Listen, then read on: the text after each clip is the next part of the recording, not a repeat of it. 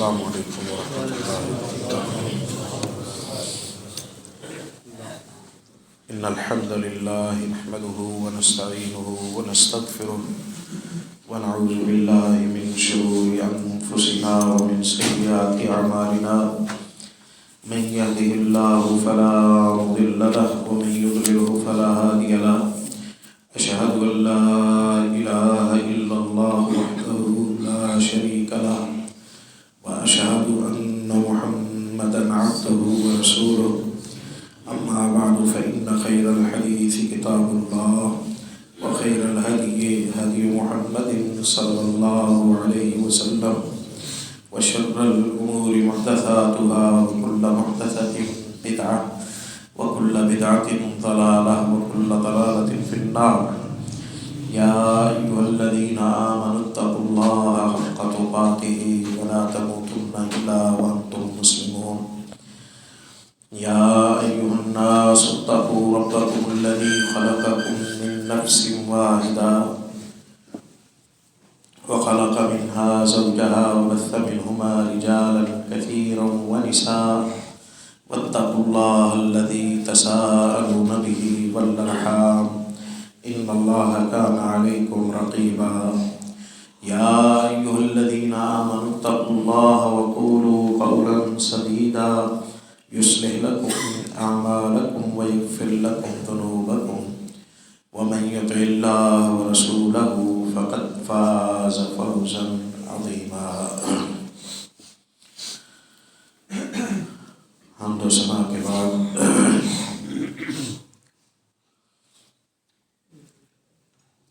ایمان کی پختگی اور استقامت کی خواہش کی تکمیل کے لیے ہم عمدہ ایماندار تقوی کی وہ مثالیں جو اللہ پاک نے ہمارے سامنے رکھی ہیں، ان کے تذکرے کے سلسلے میں جناب عمر بن خطاب رضی اللہ تعالیٰ عنہ کا ذکر خیر پچھلے 2 خطبات میں کر چکے ہیں۔ شرف صحابیت دنیا میں سب سے اونچا درجہ ہے، اور یہ اللہ کے خاص بندوں کے لیے یہ لفظ استعمال کیا جاتا ہے۔ محض پیارے نبی صلی اللہ علیہ وسلم کی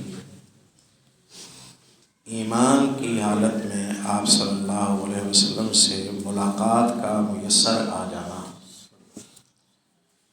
اور پھر اسی ایمان کی حالت میں اس دنیا سے رخصت ہونا، چاہے یہ ملاقات دور سے ہو قریب سے ہو، روایت حدیث کر سکے نہ کر سکے، اپنے کانوں کے ذریعے محمد گرامی صلی اللہ علیہ وسلم کے چند الفاظ وہ صحابی سن سکے نہ سن سکے، آپ صلی اللہ علیہ وسلم کی حتیٰ کہ زیارت کر سکے یا نہ کر سکے، ملاقات ہو جائے حالت ایمان میں، یہ ایسی فضیلت ہے کہ اس فضیلت کے مقابلے میں دنیا کی کوئی فضیلت نہیں آ سکتی۔ صحابہ کرام کی جو عظمت ہے وہ ان کے اعمال کی بجائے ان کی صحبت کی وجہ سے ہے، ان کی صحبت کی وجہ سے ہے۔ یقیناً اس طبقے کے جو عمل تھے وہ انسانوں میں سب سے اچھے عمل تھے، لیکن جو یہ شرف ہے، یہ جو مقام ہے اصحاب رسول اللہ صلی اللہ علیہ وسلم کو ملا، یہ ملا محمد الرسول اللہ صلی اللہ علیہ وسلم کے ساتھ کی برکت سے، آپ صلی اللہ علیہ وسلم کی صحبت کی جو برکت ہے، اس برکت سے یہ اعزاز اللہ پاک نے نصیب فرمایا۔ اور یہ جانی پہچانی بات ہے، امام بخاری رحمۃ اللہ علیہ نے کتاب المغازی میں فتح کے اسباب میں ایک سبب یہ لکھا ہے کہ یأتی علی الناس زمان یغزو فئام من الناس، ایک وقت آئے گا کہ لوگ میدان جنگ میں پہنچیں گے دشمن کے خلاف لڑائی کرنے کے لیے۔ جب جنگ بالکل تیار ہوگی اور اس وقت ایک آواز آئے گی لشکر اسلام سے، حل فیکم من صاحب رسول اللہ صلی اللہ علیہ وسلم۔ جنگ کا پہلا تیر چلانے سے پہلے، تلواروں کو نیاموں سے نکالنے سے پہلے، آگے قدم بڑھانے سے پہلے اس بندے کو تلاش کرو جو محمد رسول اللہ صلی اللہ علیہ وسلم کا صحابی ہو، فیوتا بھی فیفتح علیہ۔ تلاش کیا جائے گا، لشکر میں کوئی اکا دکا صحابی ملیں گے تو انہیں بلایا جائے گا اور ان سے کہا جائے گا کہ آپ اللہ کے رسول کے ساتھی ہیں، آپ اللہ کے خاص ہیں، آپ اللہ سے دعا کریں کہ اے اللہ ہم جنگ میں قدم رکھ رہے ہیں، ہماری طاقت نہیں کہ ہم دشمن کا مقابلہ کر سکیں، ہم مغلوب ہیں، ہم مقہور ہیں، ہم کمزور ہیں، ہم فتح اور شکست کے مالک نہیں ہیں، میں تیرے نبی کا صحابی ہوں، تو اپنا کرم فرما، فتح نصیب فرما۔ پیارے نبی صلی اللہ علیہ وسلم فرماتے ہیں وہ صحابی دعا کرے گا، جنگ شروع کی جائے گی، فیفتح لہم، اللہ تعالیٰ اہل اسلام کو فتح نصیب فرما دے گا۔ پھر ایسا وقت آئے گا کہ کہا جائے گا یقال حل فیکم من صاحب اصحاب رسول اللہ صلی اللہ علیہ وسلم۔ جنگ شروع فی الحال نہ کرو، پہلے کوئی خاص مستجاب الدعوات اللہ کا ولی تلاش کرو جو اللہ پاک سے دعا کرے، اس کی دعا کی برکت سے اللہ تعالیٰ شرف قبولیت نصیب فرما کر فتح کا فیصلہ فرما دے۔ کوئی اگر صحابی موجود نہیں ہے تو حل فیکم من صاحب اصحاب رسول اللہ صلی اللہ علیہ وسلم، کوئی تابعی موجود ہو تو انہیں بلاؤ۔ بعد کا زمانہ ہوگا تو اکا دکا تابعین وہاں موجود ہوں گے، کسی تابعی کو بلایا جائے گا۔ تابعی آئیں گے، وہ اللہ پاک سے دعا کریں گے کہ اے اللہ میں تیرا وہ بندہ ہوں جسے اللہ تو نے یہ شرف نصیب فرمایا کہ میں تیرے نبی کے ساتھیوں سے ملا، تیرے نبی کے ساتھیوں کی میں نے زیارت کی ہے، تیرے نبی کے ساتھیوں سے میں نے علم سیکھا ہے، میں ان کا شاگرد ہوں۔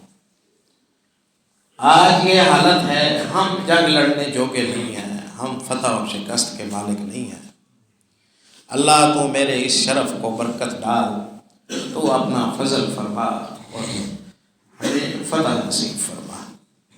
پھر تابعی دعا کریں گے اور اللہ پاک فتح نصیب فرما دیں گے۔ یہ حدیث صحیح بخاری کتاب المغازی میں آئی ہے، 3649 نمبر حدیث ہے، اور بعض روایات میں یہ آتا ہے کہ تبع تابعی کے لیے بھی پیارے نبی صلی اللہ علیہ وسلم نے یہ لفظ استعمال فرمایا۔ اس سے ہم ایک نتیجے پر تو بآسانی پہنچ سکتے ہیں کہ پیارے نبی صلی اللہ علیہ وسلم کے صحابہ اللہ کے نزدیک خاص ہیں، اللہ تعالیٰ کے نزدیک یہ خاص ہیں، ان کی اہمیت ہے، وہ مستجاب الدعوات ہیں۔ اور یہاں چلتے چلتے اس وضاحت کو ذہن نشین کر لیں تاکہ جو گرد ہے وہ صاف ہو جائے اللہ کی توفیق سے، کہ جو شخص مرتد ہو گیا وہ صحابہ کی لسٹ سے باہر چلا گیا، جس نے زکوٰۃ دینے سے انکار کیا وہ بھی صحابہ کی لسٹ سے باہر چلا گیا، جس نے دعوی نبوت کیا وہ بھی صحابہ کی لسٹ سے باہر چلا گیا، جو مسلمہ کذاب کو اللہ کا رسول اور نبی کہنے لگا وہ بھی صحابہ کی لسٹ سے باہر چلا گیا۔ اور جن لوگوں پر حوض کوثر کا پانی بند کر دیا جائے گا پیارے نبی صلی اللہ علیہ وسلم، اور ان کے درمیان ایک آڑ کھڑی کر دی جائے گی، وہ بھی صحابہ کی لسٹ سے باہر ہیں۔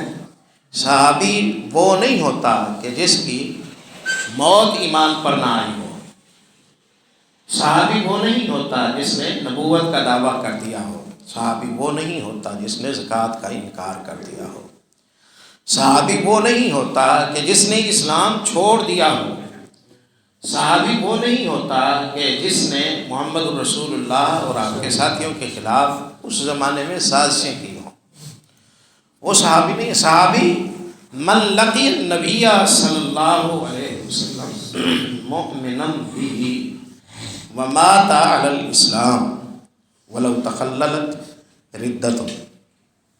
صحابی کا شرف اس شخص کو میسر ہوتا ہے جس کی ملاقات محمد الرسول اللہ صلی اللہ علیہ وسلم سے جب ہوئی تو وہ ایماندار تھا، پھر جب اس کی آخری سانس اس کے بدن سے خارج ہوئی تو اس وقت بھی وہ ایماندار تھا، یہ شرط ہے۔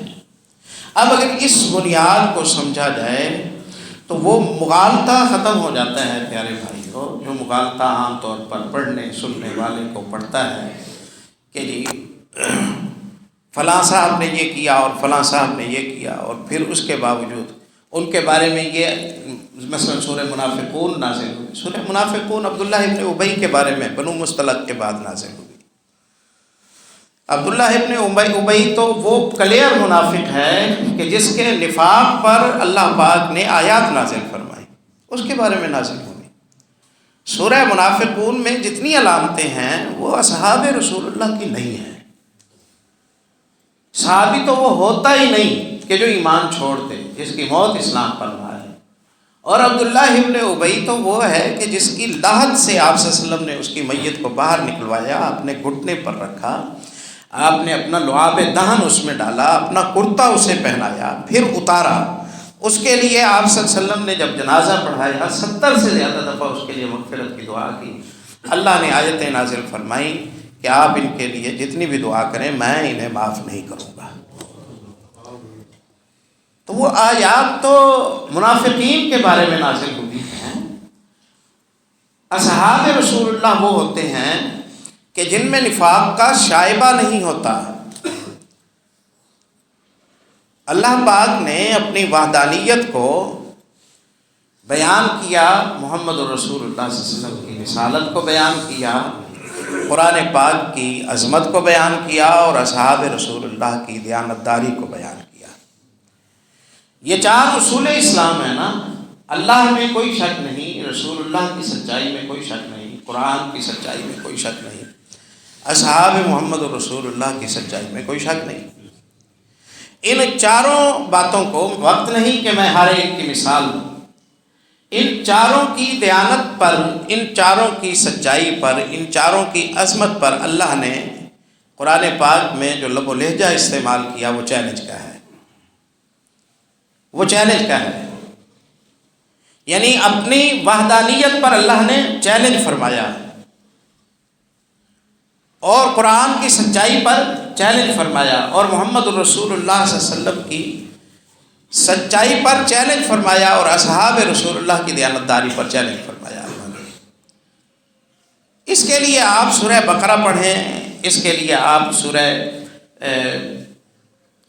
سورہ مجادلہ پڑھیں، اس کے لیے سورہ بقرہ آخری پارہ، پہلا پارے کا آخری رکوع پڑھیں، اس میں یہ مثالیں آپ کو ساری وہاں مل جائیں گی، یہ مثالیں وہاں مل جائیں گی۔ یہ چیلنج کیا، اور چیلنج جب کیا جاتا ہے تو پھر ٹائم دیا جاتا ہے کہ آپ تیاری کر لیں، اور پھر آپ مقابلے والے دن آئیں اور مقابلہ کریں، اور پھر جو جیتے گا وہ فاتح شمار ہوگا۔ ایسے ہی ہوتا ہے، ایسا کبھی نہیں ہوتا کہ چیلنج کرتے ہوئے ہی رزلٹ اناؤنس کر دیا جائے، ایسے نہیں ہوتا۔ مقابلے سے پہلے تو نتیجہ نہیں ہوتا نا، مقابلے کے بعد نتیجہ ہوتا ہے، لیکن اللہ پاک نے مقابلے کی دعوت دی نتیجے کے اعلان کے ساتھ۔ مقابلے کی دعوت دی. ان کنتم فی ریب مما نزلنا علی عبدنا فاتوا بسورۃ من مثلہ. تمہیں قرآن سچا نہیں لگتا تو مقابلے میں ایک سورت لاؤ. وَادْعُوا شُهَدَاءَكُمْ، سارے مل کر ہی ایک سورت لے آؤ. ان کنتم صادقین، اگر تم سچے ہو. فَإِن لَّمْ تَفْعَلُوا وَلَن تَفْعَلُوا. ہم نتیجہ پہلے بتاتے ہیں، تم نے ہار جانا ہے. قرآن کی سچائی پر پہلے چیلنج کیا اور چیلنج کے ساتھ ہی نتیجہ اناؤنس کر دیا. این اسی طرح اللہ پاک نے جب اپنی وحدانیت کی بات کی تو سورہ ملک میں اللہ رب العزت نے ارشاد فرمایا فَارْجِعِ الْبَصَرَ كَرَّتَيْنِ يَنْقَلِبُ إِلَيْكَ الْبَصَرُ خَاسِئًا وَهُوَ حَسِيرٌ. میں جو تجھے کہتا ہوں کہ تو میری وحدانیت کو تسلیم کر، مجھے اکیلا ایک خالق کائنات مان، مالک معبود مان، اس لیے کہ میں تجھے دلیلیں دیتا ہوں. یہ ساری کائنات میں نے بنائی ہے، تو اس میں کوئی خلل تلاش کر، کوئی نقص تلاش کر، کوئی عیب تلاش کر، کوئی ایسی خرابی تلاش کر جس سے تو یہ ثابت کرے کہ بنانے والے نے فلاں غلطی کیا، میں اسے وحدہ لا شریک کیسے مانوں. بنانے والے نے یہ کمی چھوڑ دی ہے، میں اسے وحدہ لا شریک اور معبود کیسے مانوں؟ میں نہیں مانتا. یہ کہنے کے لیے تو میری تخلیق میں جو میں نے مخلوق پیدا کی ہے اس میں کوئی عیب تلاش کر کے مجھے دکھا. تو سرسری نظر سے نہ دیکھ، تو بار بار دیکھ، باریکی سے دیکھ، بار بار دیکھ، باریکی سے دیکھ. فَارْجِعِ الْبَصَرَ كَرَّتَيْنِ، 2 مرتبہ دیکھ چکا، پھر 2 مرتبہ مزید دیکھ. هَلْ تَرَىٰ مِنْ فُطُورٍ، تخلیق کائنات میں میں نے کوئی کمی چھوڑی ہے؟ اگر کوئی نہیں چھوڑی اور تو عیب تلاش نہیں کر رہا تو اس سے سمجھ جا کہ بنانے والا جو ہے اس کی عظمت، اس کی کاریگری، اس کی خالقیت، اس کا معبود ہونا، یہ سب برحق ہے. يَنْقَلِبُ إِلَيْكَ الْبَصَرُ خَاسِئًا وَهُوَ حَسِيرٌ. تو جب اپنی نگاہ کو مجبور کرے گا دیکھ آسمان میں کوئی عیب، تو تیری نگاہ ہاتھ جوڑ کے تجھ سے کہے گی کہ مجھے نہ تھکا، میں اس کی تخلیق میں عیب تلاش نہیں کر سکتی. وہ حسیر، تھک ہار کے تیری نگاہ واپس پلٹ آئے گی اور تجھے تخلیق کائنات میں کوئی عیب اور خلل نظر نہیں آئے گا. تو اسی سے تو سمجھ جا کہ بنانے والا عظمتوں والا ہے. اللہ نے اپنی وحدانیت کے متعلق چیلنج فرمایا اور نتیجہ صاف دے دیا. اللہ نے قرآن کی عظمت کے بارے میں چیلنج فرمایا اور نتیجہ صاف دے دیا. اور اللہ نے اصحاب رسول اللہ کے لیے چیلنج فرمایا ان کے دلوں کی ضمانت دیتے ہوئے، اور نتیجہ ساتھ ہی دے دیا. لا تجد قوما یؤمنون باللہ والیوم الآخر یوادون من حاد اللہ ورسولہ. یہ جو یؤمنون باللہ والیوم الآخر، یہ جتنی صفات ایمان قرآن پاک میں بیان ہوئی ہیں یہ اس زمانے کے مسلمانوں کے بارے میں ہیں، رسول اللہ کے ساتھیوں کے بارے میں. اول مصداق ان آیتوں کے اصحاب محمد رسول اللہ صلی اللہ علیہ وسلم. سورہ مومنون میں جتنی آیتیں آئی ہیں، قد افلح المومنون، سورہ فرقان میں جتنی آیتیں آئی ہیں جن میں اللہ پاک نے مومنوں کے تذکرے کیے ہیں، وہ مومن کون ہیں؟ وہ مومن ہیں جو رسول اللہ کے زمانے میں جب یہ آیتیں اتر رہی تھی اور وہ لوگ موجود تھے. ان کے رکوعوں کے تذکرے، ان کے سجدوں کے تذکرے، ان کے رونے کے تذکرے، ان کی خشیت کے تذکرے، ان کے استغفار کے تذکرے، ان کے صدقات کے تذکرے، ان کے ایثار کے تذکرے، ان کی ہدایت کے تذکرے، ان کی فدائیت کے تذکرے، یہ سارے تذکرے جو قرآن پاک میں جہاں مومنوں کی جو نشانیاں آئی ہیں وہ اس زمانے کے مومنوں پر سب سے پہلے فٹ آتی ہیں. اس زمانے کے مومن محمد رسول اللہ صلی اللہ علیہ وسلم کے ساتھی. یہ آیت جو سورہ مجادلہ کی ہے یہ جنگ بدر کے فوراً بعد نازل ہوئی. جنگ بدر میں بڑا کڑا امتحان اللہ نے دیا اصحاب رسول اللہ صلی اللہ علیہ وسلم. بڑا کڑا امتحان تھا. آپ دور کے بندے سے، لا تعلق سے، نا واقف سے تو لڑ سکتے ہیں، لیکن آپ کا مد مقابل آپ کا اپنا بھائی ہو، سکا بھائی ہو، جس کے ساتھ کھیل کھیل کے آپ کا بچپن گزرا ہو، آپ کا مد مقابل سفید ریش آپ کے والد گرامی ہو، آپ کا مد مقابل آپ کا بیٹا ہو. یہ بات بڑی مشکل ہے، یہ بات بڑی مشکل ہے. اسی امتحان میں اللہ پاک نے اصحاب محمد الرسول اللہ صلی اللہ علیہ وسلم کو بدر کے میدان میں ڈالا.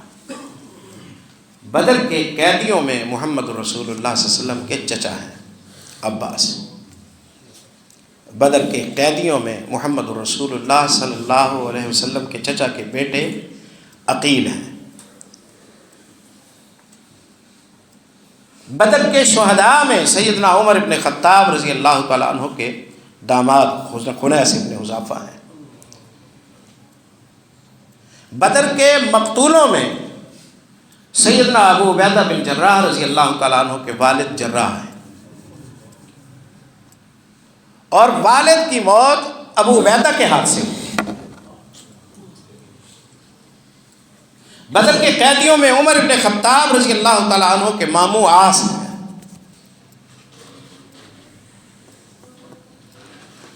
بدر میں مارے جانے والوں میں سیدنا سعد ابن ابی وقاص رضی اللہ عنہ کے بھائی عتبہ ابن ابی وقاص ہیں. اور سعد ابن ابی وقاص رضی اللہ عنہ کہتے ہیں میرے بھائی نے حملہ کیا تھا محمد رسول اللہ کے چہرے پر. مجھ سے اگر کوئی فضیلت چوکی ہے تو وہ یہ فضیلت چھوٹی ہے کہ میرے ہاتھ سے میرا بھائی قتل نہیں ہوا. جب میں نے دیکھا کہ میرے بھائی نے محمد رسول اللہ کے چہرے پر حملہ کیا، یہ خود کی کڑیاں جو آپ کے چہرے میں پھنسی تھی، یہ سعد ابن ابی وقاص کے بھائی نے حملہ کیا تھا، تو میں لپکا کہ میں اس پر حملہ کروں، لیکن میرے دوسرے بھائی نے یہ فضیلت لے لی اور اس نے اسے مار دیا.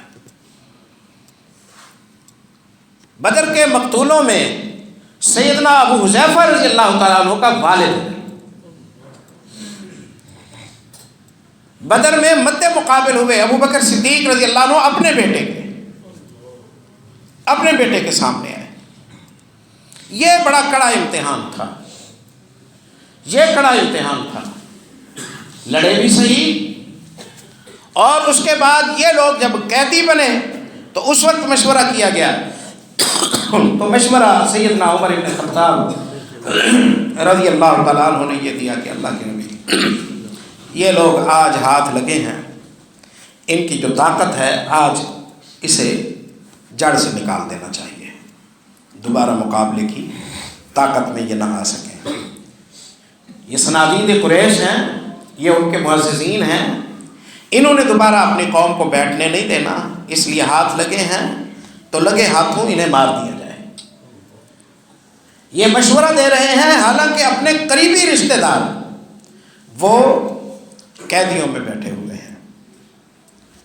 یہ کردار ان لوگوں نے جب نبھایا، اپنوں ہی کے خلاف لڑے. ہاں، محمد رسول اللہ صلی اللہ علیہ وسلم کے داماد ہیں ابو العاص زینب رضی اللہ تعالیٰ عنہ کے خاندان، وہ بھی بدر کے قیدیوں میں ہیں، وہ بھی بدر کے قیدیوں میں ہیں.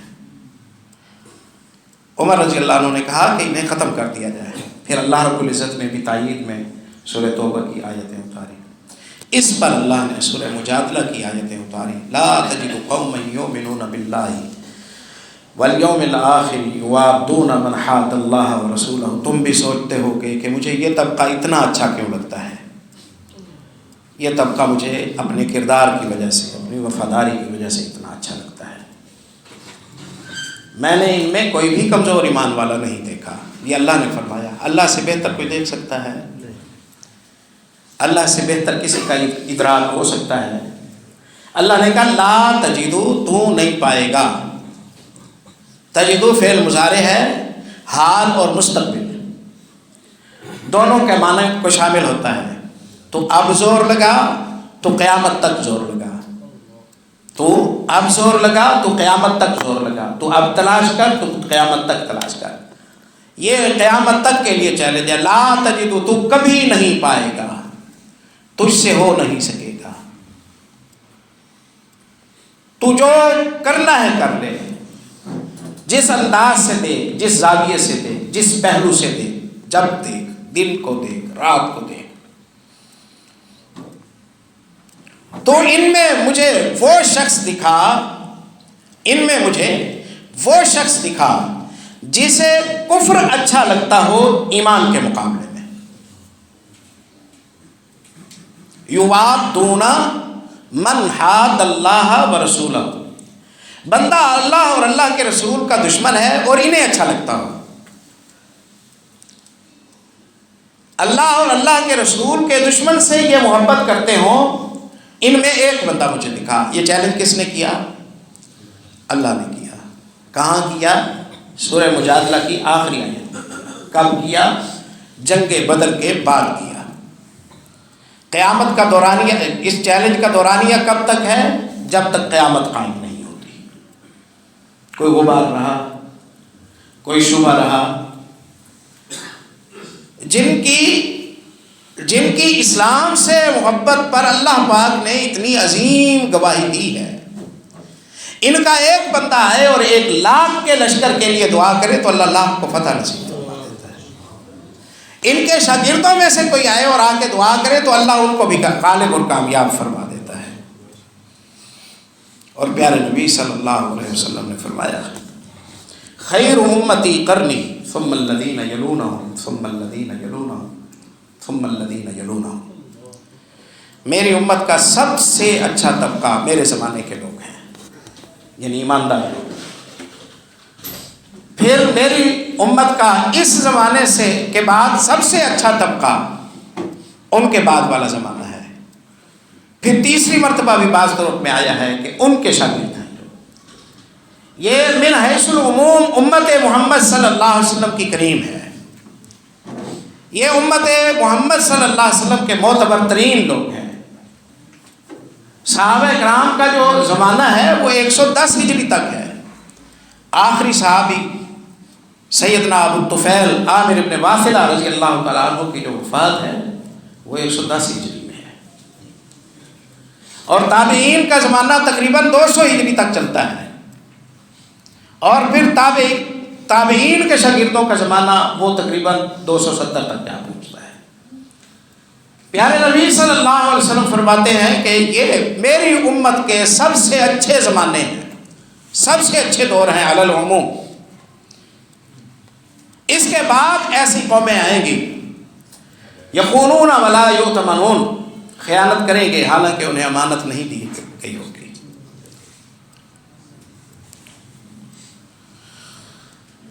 امانت نہیں دی گئی ہوگی اور بغیر مطالبے کی قسمیں کھانے لگیں گے. ان کی قسمیں ان کی گواہی پر سبقت لے جائے گی اور گواہی قسموں پر سبقت لے جائے گی. مطلب یہ ہے کہ گواہی کے لیے بھی وہ حاضر ہیں، آپ جھوٹی گواہی لینا چاہتے ہیں، پیسے بھریں ہم گواہی دینے کے لیے تیار ہیں. قسم کھانے کے لیے بھی حاضر ہیں، آپ نے جھوٹی قسم کھلوانی ہے تو پیسے بھریں، ہمیں پیسے جمع کرائیں اور جا کے جس بات پر قسم لینی ہے لے لیں. ایسی قومیں آ جائیں گی. نبی صلی اللہ علیہ وسلم.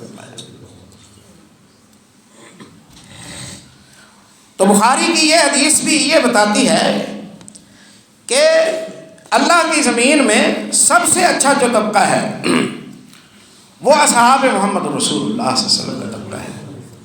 سیدنا عبداللہ ابن مسعود رضی اللہ تعالیٰ عنہ کہتے ہیں پیارے نبی صلی اللہ علیہ وسلم فرمایا کرتے تھے خیر الناس قرنی، خیر الناس قرنی. پچھلی حدیث میں ہے خیر امتی قرنی، میری امت کا سب سے اچھا زمانہ میرا زمانہ ہے. اور اس حدیث میں عبداللہ ابن مسعود رضی اللہ عنہ سے ہے کہ ساری انسانیت میں سب سے اچھے لوگ میرے زمانے کے لوگ ہیں. یہ دو حدیثوں میں الگ الگ طرق کے ساتھ. پہلی حدیث سیدنا عمران ابن حسین رضی اللہ عنہ سے روایت ہے کہ اس امت کا سب سے اچھا طبقہ اصحاب محمد رسول اللہ صلی اللہ علیہ وسلم. اور اگلی حدیث سیدنا عبداللہ ابن مسعود رضی اللہ تعالیٰ عنہ سے ہے کہ انسانیت کا سب سے اچھا طبقہ انبیاء کے بعد وہ محمد رسول اللہ صلی اللہ علیہ وسلم کے صحابہ کرام کا طبقہ ہے. اور ان کے ایمان کو اللہ رب العزت نے بطور مثال ہمارے سامنے رکھا اور ان کی اقتدا کو اللہ پاک نے ہماری نجات کی ضمانت بنایا. سورہ توبہ میں ہے کہ والسابقون الاولون من المہاجرین والانصار والذین اتبعوہم بإحسان رضی اللہ عنہم ورضوا عنہ. جو شروع میں ایمان لائے نا محمد رسول اللہ صلی اللہ علیہ وسلم پر، میں سادہ لفظوں میں ترجمہ آپ کے سامنے رکھ رہا ہوں. جو شروع میں ایمان لائے محمد صلی اللہ علیہ وسلم پر، جو شروع میں ایمان لائے، الاولون من المہاجرین، چاہے وہ مدینے میں شروع والے مسلمان ہوں چاہے وہ مکے میں شروع والے مسلمان،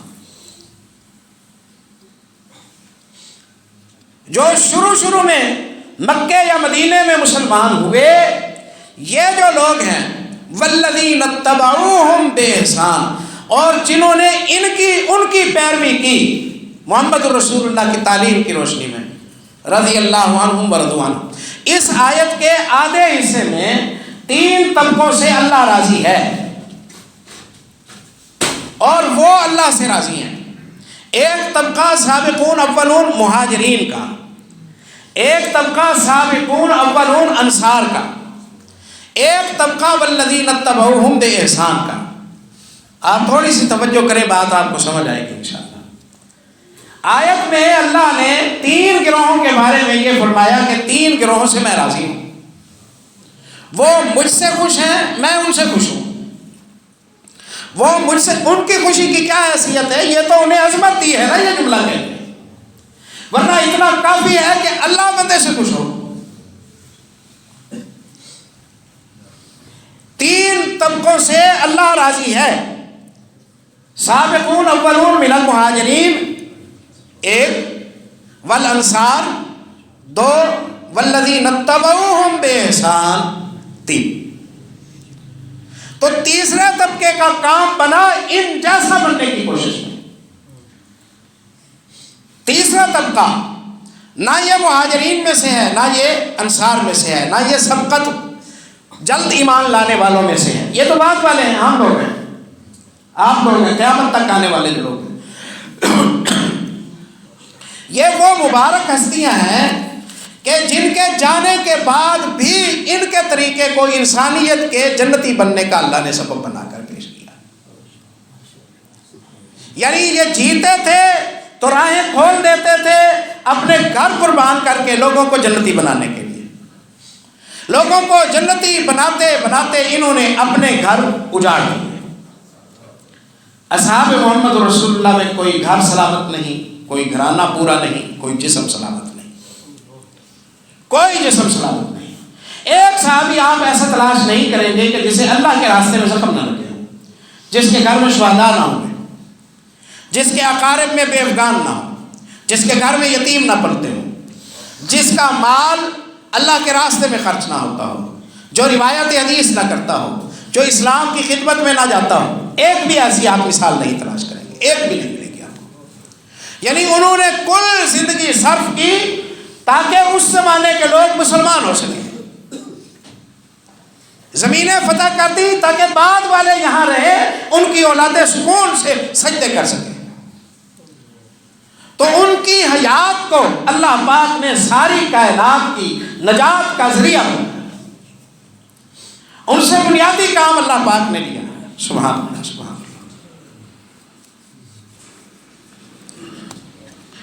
پھر اللہ رب العزت نے ان کی اس کوشش کو اللہ نے اپنی رحمت سے قبولیت کا درجہ بھی اللہ پاک نے نصیب فرمایا. اللہ اکبر. اس لیے اس طبقہ پھر اللہ نے ان سے جو کام لیا، اللہ نے انہیں اسلام کا، محمد رسول اللہ صلی اللہ علیہ وسلم کی ختم نبوت کا، آپ صلی اللہ علیہ وسلم کی پیشین گوئیوں اور چیلنجز کے پورا کرنے کا، آپ کے وعدوں کو پورا کرنے کا، آپ کے معاہدوں کو پورا کرنے کا اللہ پاک نے انہیں سبب بنایا.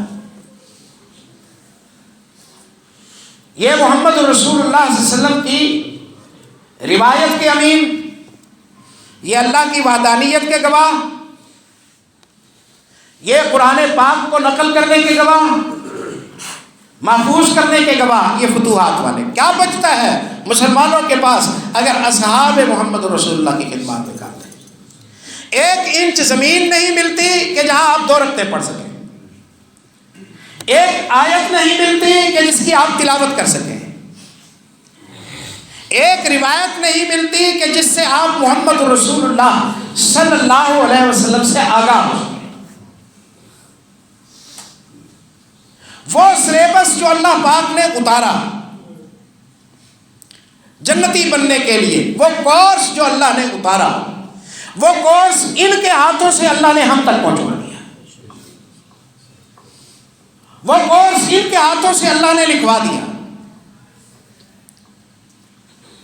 اب اس کورس کا مطالعہ کر کے، اس کا امتحان دے کے کوئی جنتی بنتا ہے، کوئی جنتی بنتا ہے تو اس میں احسانات ان کے شامل ہو جاتے ہیں۔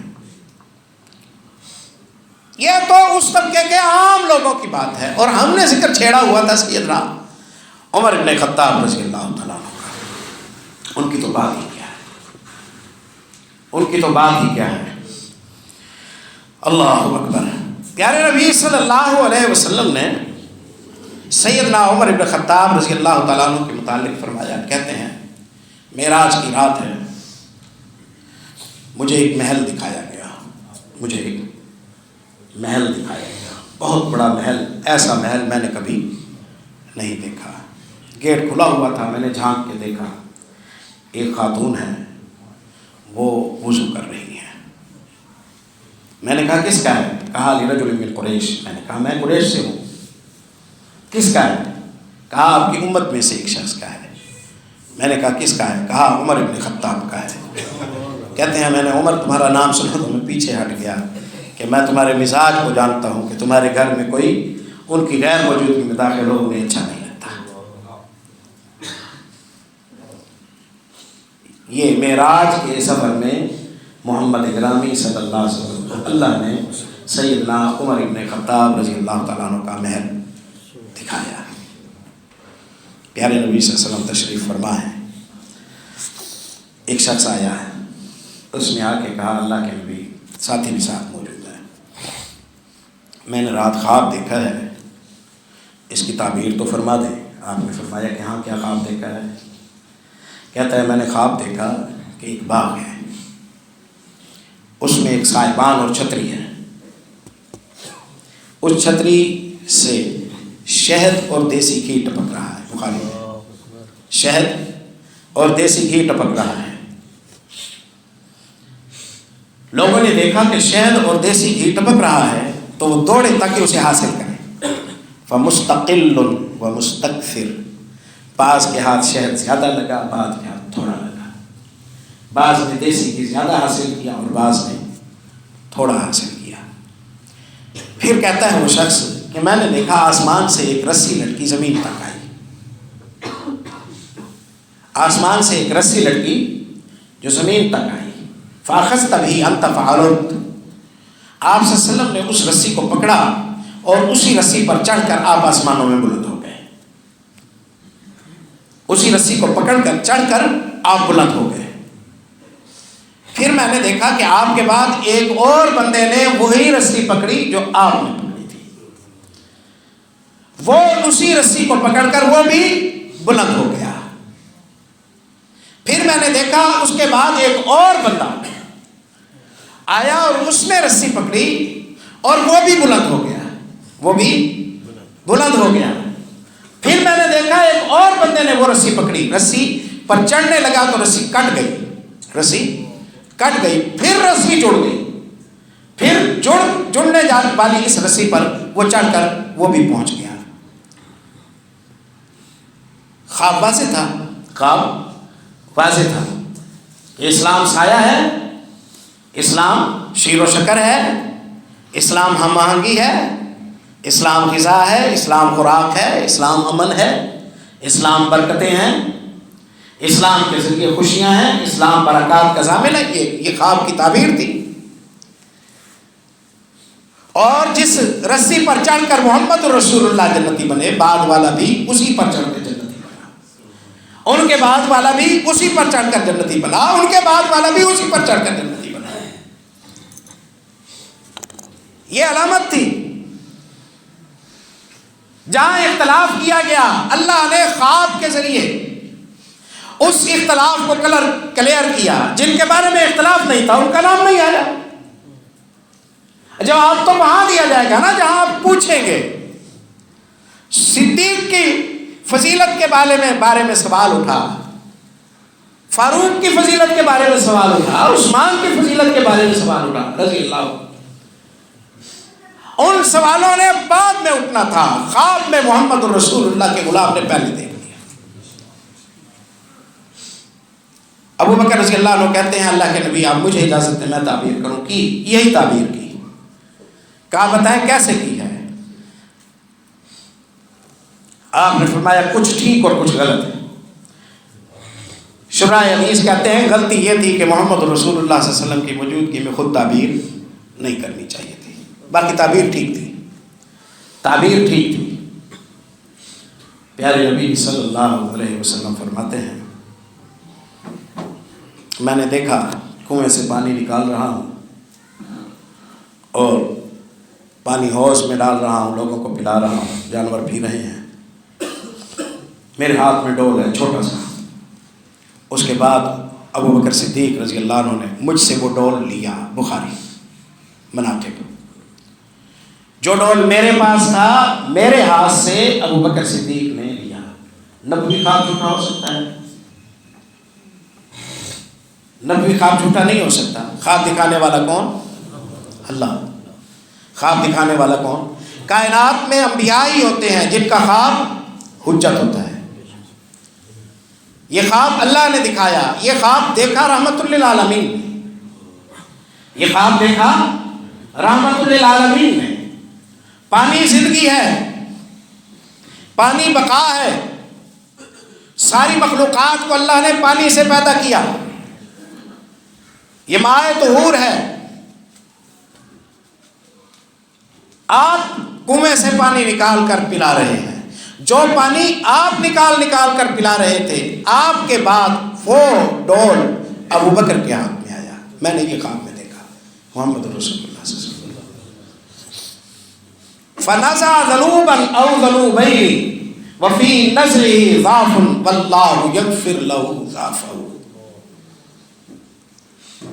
انہوں نے ایک دفعہ ڈول کھینچا یا دو دفعہ کھینچا. 2 سال دور خلافت ہے. ایک دفعہ ڈول کھینچا یا 2 دفعہ ڈول کھینچا.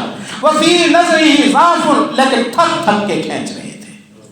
کھینچ تو لیا لیکن تھک گئے. تھکان تو بنتی ہے. جو امتحان صدیق پر پڑے تھے وہ کسی اور پر نہیں پڑے. یہ تو اسلام کی عظمت کی نشانی ہے اور یہ ابو بکر صدیق رضی اللہ عنہ کی کرامت ہے کہ ان حالات کو وہ اللہ کی رحمت سے ڈیل کر گئے جو حالات پیدا ہوئے تھے. مدینے کے سارے سپاہیوں کو پیارے نبی صلی اللہ علیہ وسلم نے رومیوں کے خلاف لڑنے کے لیے بھیجا ہوا ہے. پیچھے تھوڑے سے سپاہی رہ گئے. ادھر رسول اللہ صلی اللہ علیہ وسلم کی وفات ہوئی. لشکر روانہ ہو چکا ہے. مدینہ سپاہیوں سے خالی ہے. اطلاع ملی وہ لوگ مرتد ہو گئے, وہ مرتد ہو گئے. اس نے نبوت کا دعویٰ کیا. اس نے 4 بندوں نے نبوت کا دعویٰ کر لیا. اس کے پیچھے 1000 ہیں, اس کے پیچھے اتنے ہیں, اس کے پیچھے اتنے ہیں. آگ لگ گئی ارد گرد. بیک وقت 4-5 محاذ کھل گئے اور سپاہی ہیں نہیں جنہیں استعمال کیا جائے. کیا کریں؟ مصلحت کہتی تھی کہ ان سپاہیوں کو روک لیں جو دور رومیوں سے لڑنے جا رہے ہیں. بعد میں صحیح رومیوں کے خلاف جنگ بعد میں. اب یہاں جو حالات خراب ہو گئے پہلے سے سنبھال لیں, بعد میں رومیوں کے خلاف بھیجیں گے. وہاں جنگ تو چھڑی ہوئی نہیں ہے, نہ رومی حملہ آور ہوئے ہیں. یہی مشورہ دیا گیا. ابو بکر صدیق رضی اللہ عنہ نے کہا کہ نہیں, اسامہ تم جاؤ, تمہیں روانہ کیا تھا محمد رسول اللہ صلی اللہ علیہ وسلم. ہم بچیں یا نہ بچیں, مدینہ بچے یا نہ بچے, مسلمان بچے یا نہ بچے, میں اس لشکر کو واپس کیسے بلاؤں جس لشکر کو الوداع محمد رسول اللہ نے کہا. آپ جائیں, جو بچے کچے ہیں انہی کے ساتھ ہم کام چلائیں گے. 2 سالوں میں سارے مدعیان نبوت کا کلا کما ہوا، مرتدین کا مسئلہ ختم ہوا، مانعین زکوٰۃ کا مسئلہ ختم ہوا، قرآن پاک جمع ہوا۔ عراق و شام کے کتنے ہی علاقے تھے جن کی فتوحات ہوئی 2 سالوں کے اندر۔ ثم اخذها ابو بکر اخذ ذنوبا او ذنوبین، 1 یا 2 ڈول نکالے، وفی نزع ضعف، مشقت سے تو نکالے لیکن نکال لیے۔ پھر آپ نے فرمایا کہ کوئی اعتراض نہ کرے ان پر کہ کمزوری سے کیوں نکالے، حدیث اشارہ دے رہی ہے کہ ابو بکر میں کمزوری ہے۔ کہا نہیں، واللہ یغفر له ضعفه، اللہ نے ابو بکر کی کمزوری کو معاف کر دیا۔ ثم اخذها ابن الخطاب، پھر وہی ڈول ابن خطاب نے لے لیا۔ فاستحالت غربا، وہ ڈول چھوٹا سا تھا جو پہلے، اب میں خواب میں دیکھ رہا ہوں کہ وہ ڈول بڑا ہو گیا، وہ ڈول بڑا ہو گیا، اور انہوں نے اس قوت کے ساتھ نکالا، ڈول کو کھینچا اس قوت کے ساتھ نکالا کہ میں نے اس جیسا عبقری، محمد رسول اللہ فرماتے میں نے کبھی نہیں دیکھا۔ اتنے زور سے کھینچ رہا ہے، اتنے زور سے کھینچ رہا ہے۔ ما رأیت عبقریا مثل عمر، میں نے عمر ابن خطاب جیسا عبقری لیڈر کوئی نہیں دیکھا۔ یہ بخاری میں کوئی 5 سے زیادہ مرتبہ مناقب میں یہ حدیث امام بخاری رحمۃ اللہ علیہ لائے۔ حتی ضرب الناس بعدل، آپ صلی اللہ علیہ وسلم فرماتے ہیں حالت یہ تھی کہ وہ منہ دھیان ڈول کھینچ رہے ہیں، پانی پینے والے چلے گئے، اونٹوں کو پانی پلا کر چلے گئے، بکریوں کو پانی پلا کر چلے گئے، اونٹوں کو باڑوں میں باندھ دیا انہوں نے، خود چرواہے چلے گئے، پانی نکال رہے ہیں۔ یعنی عمر ابن خطاب کے دور میں اللہ اتنی فراوانی کر دے گا، اتنی فراوانی کر دے گا، اتنی فراوانی کر دے گا، گھر گھر میں اللہ خوشیاں قائم کر دے گا۔ اللہ تعالیٰ اس طبقے کے ساتھ وابستگی نصیب فرمائے، ان کی خدمات سے آگاہی نصیب فرمائے، اس طبقے سے بدگمانی سے محفوظ فرمائے۔